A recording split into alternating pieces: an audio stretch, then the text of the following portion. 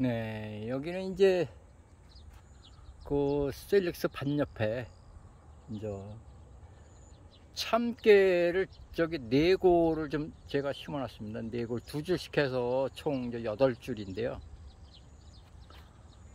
이게 이제 그 참깨는 이제 무한화사라고 그래서 이제 내버려 두면 그냥 계속 위로 올라가면서 이제 꽃이 피고 이러는데요. 그 물론 열매도 계속 맺는 거죠. 근데 이제 위에를 계속 기르다 보면 밑에서는 이제 그 열매가 다 돼서 얘네들이 이제 벌어지고 이러니까 그 기간을 이제 그 농민들이 알아서 결정을 해야 될 것 같은 생각이 드는 작물입니다.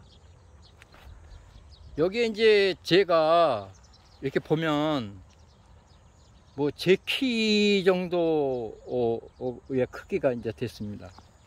이거를 내버려 두면 계속 크니까 여기에 이제 제가 그 제 키에 비슷하게 이제 목이나 저기 눈높이에 맞게 그냥 이렇게 좀 끝을 이렇게 따줄 때가 된 거예요.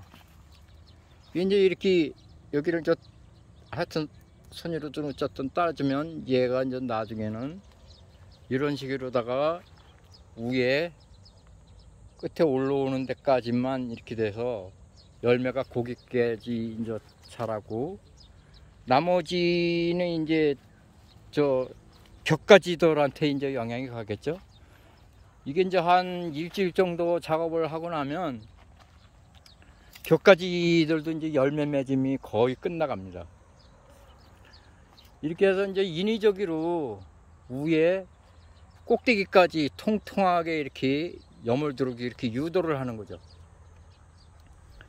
그러면 이제 이게 이제 키가 너무 크고 이제 이러니까 이제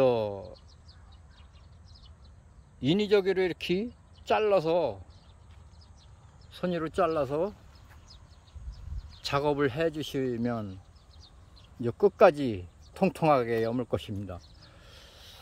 자, 이래고 이거는 이제 참깨는 이제 그런 식으로 작업해 놓으면 나중에 이제 끝까지 통통 여문 상태로다가 이제 수확 작업을 할 수 있을 겁니다. 그리고 이제 또 한 가지는 이제 제가 이제 들깨를 좀 금년에는 6월 12일 날 제가 이제 심었다고 영상을 올렸었는데요. 대체적으로 이게 성장세가 좀 상당히 좋습니다. 이렇게 이제 성장세가 너무 크니까 얘네들은 찬바람 불기 전에는 이제 꽃이 피질 않으니까 그때까지는 이제 하여튼 작물 자체를 인위적인 관리를 좀 해주지 않으면 제대로 될 것 같지 않은 생각도 들고 이래서 이거는 이제 순을 질러 주기로 했습니다. 옆에 이렇게 보면 여기 하여튼 위에든지 요 밑에까지 이렇게 자르든지 이런 식으로다가 밑에를 이렇게 잘라 줘야 가지가 더 번성하고, 또 이제 이게 잘라진 깻잎 같은 거는 집에서 이제 반찬으로다가 아주 훌륭한 재료가 될 것 같고 이런 생각이 듭니다. 어쨌든 비가 오고 나서 요 작업도 마무리를 해서 들깨가 이제 격가지를 많이 걷게끔 격가지가 많이 나오도록 좀 유도를 해서 이게 풍성한 그 들깨 농사가 되도록 제가 유도를 하려고 합니다.